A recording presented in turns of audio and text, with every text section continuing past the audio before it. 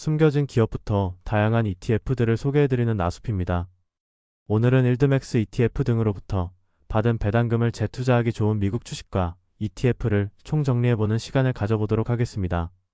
우선 가장 많은 분들이 투자하시는 일드맥스 ETF의 12월 배당 일정을 보면 늘 그랬던 것처럼 목요일에 배당락일이 있고 금요일에 배당 지급일이 예정되어 있습니다.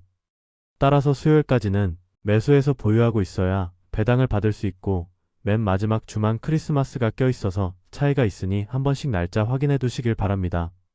보통 이렇게 일드맥스와 같은 고배당 ETF로부터 받은 배당금은 배당받은 종목에 다시 재투자하는 방법이 있고 또는 다른 ETF나 다른 개별 종목에 재투자하는 방법이 있습니다. 물론 일부는 생활비로 활용하시는 분들도 계시죠. 이때 배당받은 종목에 다시 재투자할 때에는 말 그대로 다시 재투자하면 되지만 다른 ETF나 개별 종목에 재투자할 때에는 성장주에 투자할 것인지 배당주에 투자할 것인지 여부도 신중하게 고민해봐야 합니다. 사실 이 부분은 투자자분들마다의 투자 성향, 투자 목적, 투자 기간 등에 따라 판단이 크게 갈릴 수 있습니다. 따라서 오늘 제가 준비한 영상에서는 이러한 차이점들이 있다는 점을 고려하여 다양한 선택지의 ETF와 개별 종목 리스트를 정리해왔으니 배당 재투자 종목 선택에 어려움을 겪고 계신 분들에게 도움이 되셨으면 합니다. 가장 먼저 소개해드릴 수 있는 종목으로는 역시나 S&P 500과 나스닥 100 지수를 추종하는 ETF가 있겠습니다. S&P 500 지수는 미국의 상위 500개 기업을 담고 있다고 보시면 되고 나스닥 100 지수는 미국의 상위 100개의 기술 기업을 담고 있다고 보시면 되는데 두 지수가 가장 수익률도 준수하고 현재 미국 주식시장을 대표하는 지수라고 말할 수 있습니다. 가장 클래식한 S&P 500 ETF인 VO와 한 주당 가격이 더 저렴한 SPLG를 보면 총 수수료가 정말 낮고 규모도 굉장히 크다는 걸 알 수 있습니다. 반면 나스닥 100 지수를 추종하는 QQQ와 QQQM은 VO와 SPLG에 비해 수수료가 조금 더 높은 편입니다. 해당 ETF들의 총 수익률을 비교해보면 같은 지수를 추종하는 ETF끼리는 수수료 정도만큼만 수익률이 차이가 나고 있습니다. S&P 500 지수를 추종하는 VO와 SPLG의 경우 0.01% 차이인 만큼 정말 미세하게 SPLG가 좀 더 우수하고 나스닥 100 지수를 추종하는 QQQ와 QQQM의 경우 0.05% 차이인 만큼 QQQM이 확실히 좀 더 우수한 편입니다. 그리고 최근 1년, 3년 성과는 S&P 500이 나스닥 100보다 더 좋았고 최근 5년 성과로는 나스닥 100이 더 좋은 성과를 냈습니다. 이처럼 장기적인 수익률로는 나스닥 100이 더 높은 편이긴 하지만 최근 10년 동안의 월간 단위 최대 낙폭을 보면 S&P 500이 마이너스 23.91%를 기록하였고 나스닥 100이 마이너스 32.58%를 기록하였습니다. 따라서 나스닥 100이 수익률은 높지만 그만큼 변동성도 크다는 점을 주의해야 합니다. 이렇게 나스닥 100의 변동성이 큰 이유는 구성 종목을 보면 알 수 있는데요. VO와 QQQ 둘 다 상위 종목은 동일하지만 포함하고 있는 비중이 다릅니다. S&P 500은 500개 기업에 투자하지만 나스닥 100은 100개 기업에 투자하기 때문에 한 종목당 비중이 QQQ가 훨씬 더 크고 대부분 기술 기업을 포함하고 있어 다양한 섹터를 포함하고 있는 VO보다 변동성이 큽니다. 정리해보자면 S&P 500과 나스닥 100 지수를 추종하는 VO, SPLG, QQQ, QQQM은 오랜 기간 검증된 대표 지수를 추종하는 만큼 꾸준히 시장 평균의 성과를 낼 수 있고 그만큼 가장 확실한 투자처이자 맘편한 투자처라고 할 수 있습니다.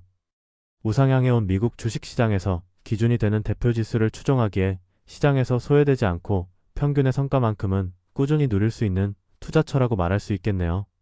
다음으로 고배당을 재투자하여 미래의 배당을 챙길 수 있는 배당성장 ETF들을 소개해드리겠습니다.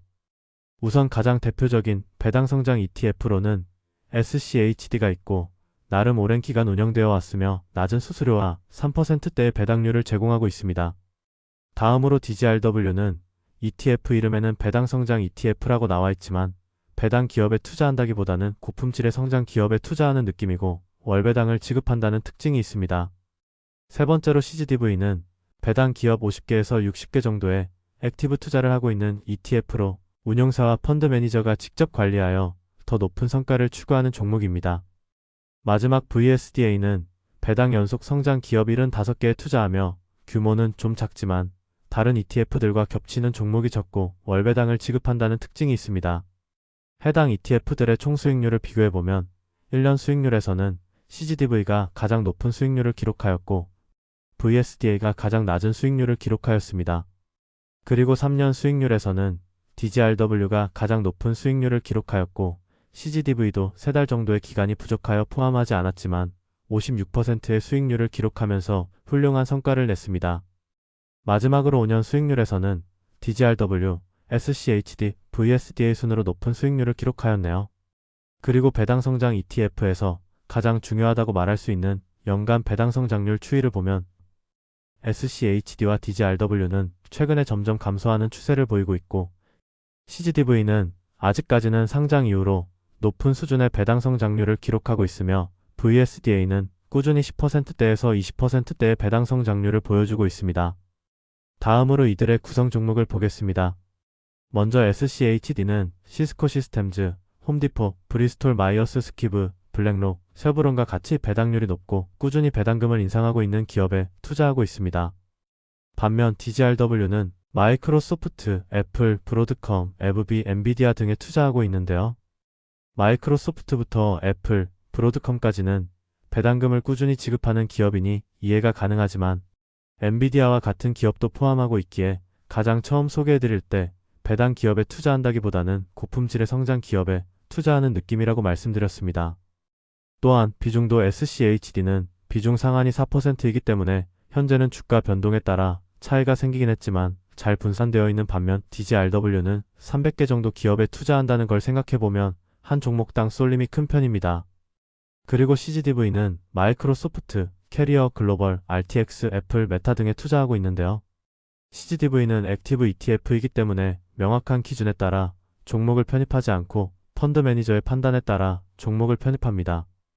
따라서 배당금을 소량이라도 지급한다면 편입이 가능하고 이러한 배당 기업들을 중심으로 최대한의 수익률을 추구하는 ETF입니다. 마지막으로 VSDA는 자산운용사인 프랭클린 리소시즈, 담배회사인 알트리아, 식품회사인 호멜푸즈, 에너지회사인 쉐브론 등에 투자하며 기술주 비중이 5%도 안 될 만큼 굉장히 낮아 기술주를 많이 보유하고 있다면 분산 차원에서 고려하기 좋은 ETF라고 생각합니다. 정리해보자면 배당 성장 ETF는 미래의 배당을 확보할 수 있고 기술주 외에도 다양한 종목에 투자한다는 특징이 있습니다. 또한 대체로 한 주당 가격이 저렴한 편이고 낮은 변동성을 보여 생각날 때마다 편안한 마음으로 모아갈 만한 투자처라고 말할 수 있겠습니다. 다음으로 고배당을 재투자하여 높은 성장성을 챙길 수 있는 성장산업 투자 ETF를 보겠습니다. 개인적으로 생각난 성장산업은 반도체, 사이버 보안, 클라우드, 비만 치료제인데요. 이렇게 최근에는 비만 치료제와 같은 특정 산업에 대한 ETF도 출시되어 있는 경우가 많으니 혹시나 여러분들이 이 산업은 무조건 성장하겠다 하는 것이 있다면 한 번씩 ETF도 찾아보시면 좋을 것 같습니다. 아무튼 내 ETF 모두 특정 섹터를 기반으로 하는 만큼 수수료는 다소 높은 편이고 시가총액은 OGM만 제외하면 모두 나름 큰 편입니다. 그리고 모두 성장주를 위주로 투자하기에 배당률은 매우 낮거나 아예 배당금을 지급하지 않고 있습니다. 이들의 총 수익률을 비교해보면 SMH가 확실히 압도적인 수익률을 기록하고 있고 사이버 보안 ETF인 CIBR과 클라우드 ETF인 SKYY 역시 나름 괜찮은 수익률을 기록하였습니다. 참고로 OGM의 경우 아직 출시된 지 1년도 안 된 ETF이기에 수익률을 비교할 수 없었습니다. 다음으로 SMH와 CIBR의 구성 종목을 보면 SMH의 경우 엔비디아, TSMC, 브로드컴, AMD, 텍사스 인스트루먼츠와 같이 말 그대로 반도체 기업만을 포함하고 있습니다. 그리고 엔비디아, TSMC의 시가총액이 워낙 커져 차지하는 비중 역시 굉장히 커졌습니다. 따라서 두 종목의 비중이 좀 더 낮은 ETF를 원하시는 분들은 SOXX를 고려해보시면 좋을 듯하고 반도체 소형주 비중도 많이 포함되어 있는 ETF를 원하시는 분들은 XS를 참고해보시길 바랍니다. 아무튼 CIBR의 경우에는 크라우드 스트라이크, 시스코 시스템즈, 팔로알토 네트워크스, 브로드컴, 인포시스 등 다양한 사이버 보안 기업에 투자하고 있습니다. 또한 현재 시점에서 SMH는 총 25개 종목에 투자하고 있고 CIBR은 총 32개 종목에 투자하고 있습니다.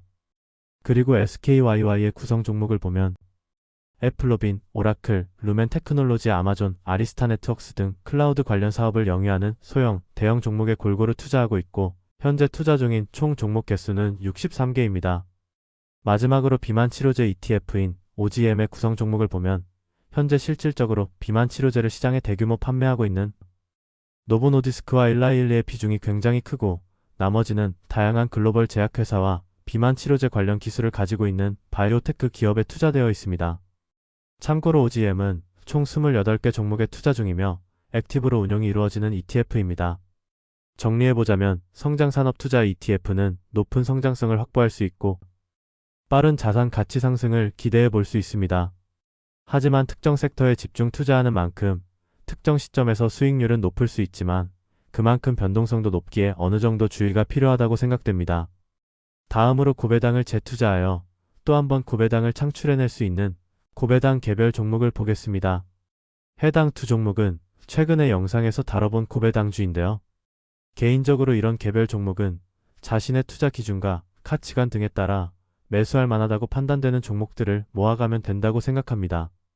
즉, 평소에는 ETF를 모아가다가도 주가가 크게 하락하여 기회가 찾아왔을 때는 이런 개별 종목들을 조금씩 담아보는 거죠. 물론 개별 종목에 대해서는 아직 투자 기간이 짧아 투자 기준이나 가치관이 확립되지 않으신 분들이나 그냥 맘 편하게 ETF를 투자하고 싶으신 분들은 개별 종목 투자를 하지 않으셔도 괜찮습니다. 그럼 이외의 월배당 ETF와 다양한 고배당 개별 종목들은 바로 전날 업로드한 해당 영상을 참고해 주시면 좋을 듯 합니다. 뭐가 됐든 개별 종목을 선택할 때에는 자신의 투자 기준과 가치관에 맞는지 한 번 더 고민해보고 이후에는 매수할 때 했던 생각과 판단을 잊지 말고 꾸준히 종목의 흐름과 변화를 지켜보는 것이 중요한 것 같습니다. 이렇게 오늘은 일드맥스 ETF 등으로부터 받은 배당금을 재투자하기 좋은 미국 주식과 ETF를 총정리해보는 시간을 가져보았습니다. 저번에도 말씀드렸다시피 일드맥스와 같은 고배당 ETF는 말 그대로 고배당을 지급하는 자산이기 때문에 수령한 배당금을 어떻게 활용하느냐에 따라 성과가 극명하게 나뉠 수 있습니다. 따라서 일드맥스와 같은 고배당 ETF에 투자하면서도 다양한 자산들을 공부하면서 기회를 잡을 수 있다면 수익률을 극대화할 수 있다고 생각합니다. 그렇기에 이렇게 다양한 자산들을 반드시 투자하지는 않더라도 종류별로 ETF도 알아보고 개별 종목도 한 번씩 확인해보는 작업은 장기적으로 긍정적인 영향을 줄 수밖에 없습니다. 그럼 오늘도 끝까지 시청해주셔서 감사드리고 다음에는 더욱더 좋은 영상으로 찾아뵙도록 노력하겠습니다.